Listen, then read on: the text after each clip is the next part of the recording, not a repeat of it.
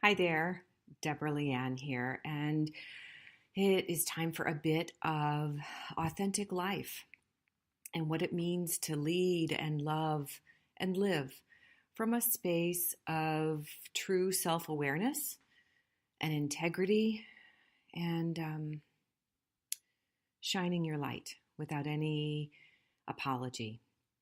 That's what I mean by authentic. Many people feel authentic is just bearing your soul and being super vulnerable, and you can say whatever you want, even if it's horrific and hurts people. That's not really what I mean by authentic. And the reason why authentic leadership is so rare is that we rarely find somebody who's coming from a place of truly honoring and listening and learning as they go, who doesn't always have all the answers, who allows each of the people that they work with to shine in their own light and is not threatened by that. It's moving away from competition into collaboration and collective leadership. So, to start with today, I want to bring in another piece to this. And it's around the moon. And why is the moon and its phases important to us, especially as women and as leaders? The reason why the moon and being aware of where the moon is in its cycle is that we are a lot of water. Think about our makeup. We're 80% water, maybe more. And because of that, we are affected by the moon's phases just as much as the tides are. And there's something really symbolic about the moon, which grows every month to a full, bright light in the sky, and then wanes. It waxes and it wanes, and every 14 days it moves into a new fullness or into a complete place of darkness. And we are all of that. We are light, we are dark, and we are all those in between phases. There's a beautiful resonance when we tune in and watch where things are with the moon. This week's new moon is a very promising one. There's a lot of shifts planetary-wise, and please, I'm not a horoscope expert. I don't know anything about a lot of what each of the planets means and all of that, but there's something about the switching of the expansiveness of Jupiter. There's also some major stuff going on with the clarity of Saturn, which has to do with communications. And what I'm seeing and feeling is a real shift in the ability, the willingness, and the courage that it's taking to have the conversations that need to be had, where people are coming together and truly learning and growing as a result by being more willing to listen, by approaching and wanting to learn from someone who's different than. And this is big because in the past, if you look at where we have done a lot of our engaging socially, it has been virtually. And the way the logarithms are lined up with Facebook and Google and, who we are and our preferences of where we shop and what we tend to click on and what we like will funnel us into a group of like-minded people. So we're basically in our own bubbles. And we rarely go outside of that for news source, for communications, for even our shopping preferences, because Amazon and Google and those people, they're not going to show us anything unless they think it's something that we are interested in buying, interested in clicking on. And this has become dangerous for us as a species. I strongly believe that we've got to break. One of the gentlemen I heard his TED Talk, and I wish I could remember his name, but it was around the digital divide. It's these silos that we have created. And that is what is tearing us apart. Over and over again, we are finding that the coming together with other people that are like-minded like us keeps us smaller, keeps us from growing, and keeps us from broadening our view of the world. I have been blessed to do a lot of travel to Europe and to Australia. I haven't done anything in the African or Asian peninsulas, and countries, and South America as well. And I would love to expand my exposure to other countries and actually huge continents on this planet, and plan to do so. But every time I have gone out of the country, it gives me a different perspective of what it's like to look back at the United States. And as leaders, sometimes we need to step outside.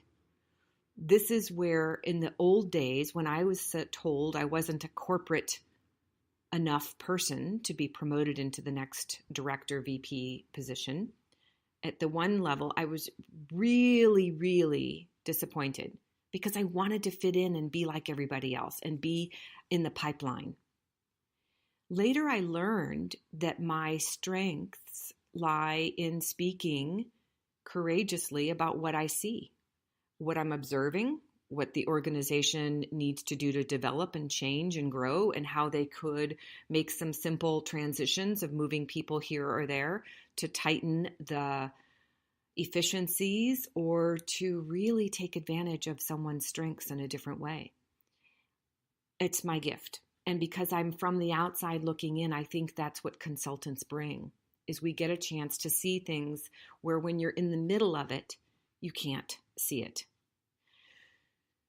Let me get back to the moon. The moon and its different phases affect us if we are wanting, if you look at the Farmer's Almanac going back hundreds of years, the farmers planted new crops on a new moon. And the reason for that is it's the darkest. It actually supports the plant in getting a chance to really do its work of the seed needs to go downward first, go inward first, develop the roots to start developing in that direction and be able to pull the food up so that it could then sprout and do its thing and grow into whatever plant that feeds us. And what's funny to me is that we don't do enough of that inner work. We're so big at polishing our resume by adding additional certifications and trainings and reading new books and attending new trainings. And believe me, I am all about that because that's what I do. I speak and I teach and I do workshops. Yet, this inner work is a very important phase of our growth and development. Coming to terms with where are we getting stuck? Having a coach help us see what we're not seeing. Why are we not doing that particular phase of our business development? Where are we not moving forward on something that we say we want to do? And that's that whole immunity to change cycle. There's also awareness of the polarities that we have within us. For everything we really desire to do, change, grow into, we have a lot of competing inner stories, inner patterns, and inner belief systems that are holding us back from doing what we say we want to do. Each of these things requires someone else to support you, whether it's a really astute friend or a mentor or a coach or a combination of all of the above, or lovers and really good friends tend to want to see things from your viewpoint. However, sometimes they can be a great support system. Some people go to therapists to learn. But that deep inner work, especially as we're heading into the days where there is more darkness, where we are, our nights are getting longer here in this hemisphere, it's important for us to do this deep inner work. The other thing about the new beginnings and the new moon is there's a brilliant new energy that supports us on starting new initiatives. and planting the seeds of where we want to go. And this is a perfect time because we're heading into the last few months of this year. What do we want to look at and create? What do we envision for 2018? So every new moon, I do a little ceremony, and I use this time to either write out things I want to get rid of, literally and figuratively move things out of my house, whether it's a cleaning ceremony or a ritual of shaking up the energy in the house, feng shui or sage cleansing. Or it might be taking stock of what's in my pantry and what needs to go. Or it might be looking at my relationships or my schedule.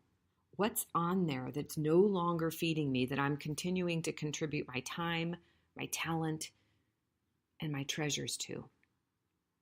It's a time to look at our money.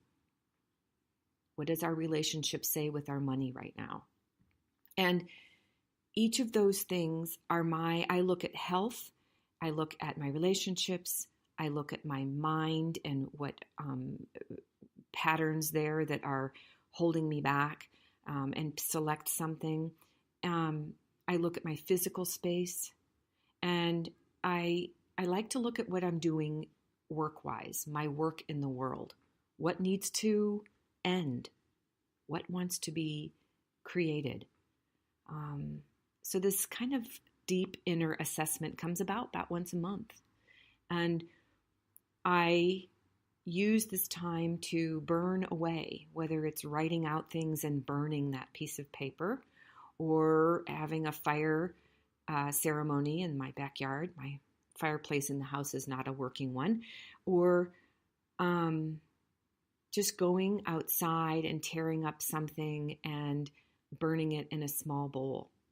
There's lots of ways to let go. And sometimes it's even a salt bath. So it's releasing what has been to make space for what is coming. What is coming for you?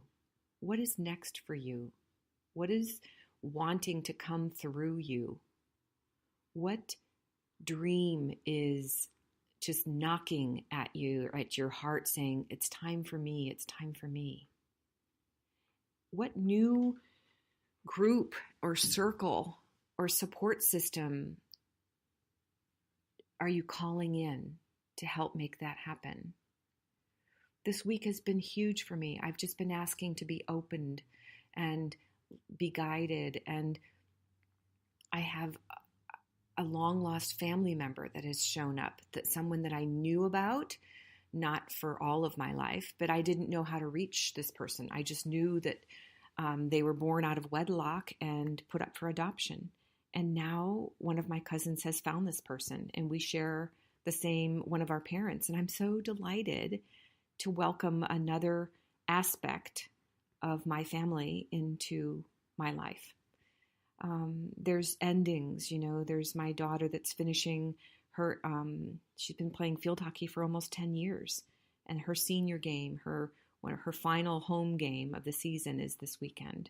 There's the last Halloween of being in this area where my husband and I used to have huge Halloween parties, and that's coming to a close as he moves to another continent, and the end of that time in that family home is coming. There's just a lot of things shifting, and as it does, I am welcoming the shifts. I don't have any fear of what is coming, even though I don't know what it is, because I trust that everything that I have been and have learned and all of the people that are in my life right now are here for a reason to help me across this next threshold. And more about that, because I've got some germinating ideas of how to offer my work next year. This podcast format will change. I think I'll go back into my video blogs, and maybe if I do a podcast, it'll shift into more of an interview format with other leaders in the world, especially in our community, so we can talk about what is conscious leadership and have some real courageous conversations around change and what needs to be done, especially in the areas of race and inclusivity and access for more women and people of color into positions of leadership. That's about all I know for now. But as I continue to show up not knowing and being guided by people that I'm coming into contact with, it's so much fun to see how it starts unfolding in front of me. So I ask that you look at how can you take 5 minutes or 30 minutes or an hour to celebrate this new moon. Actively release something and make space for the new.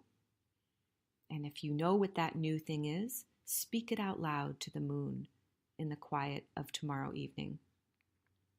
So that is my words of wisdom for the week, and I look forward to connecting with you next week and sharing a little bit more as I learn how this change is all going to come about.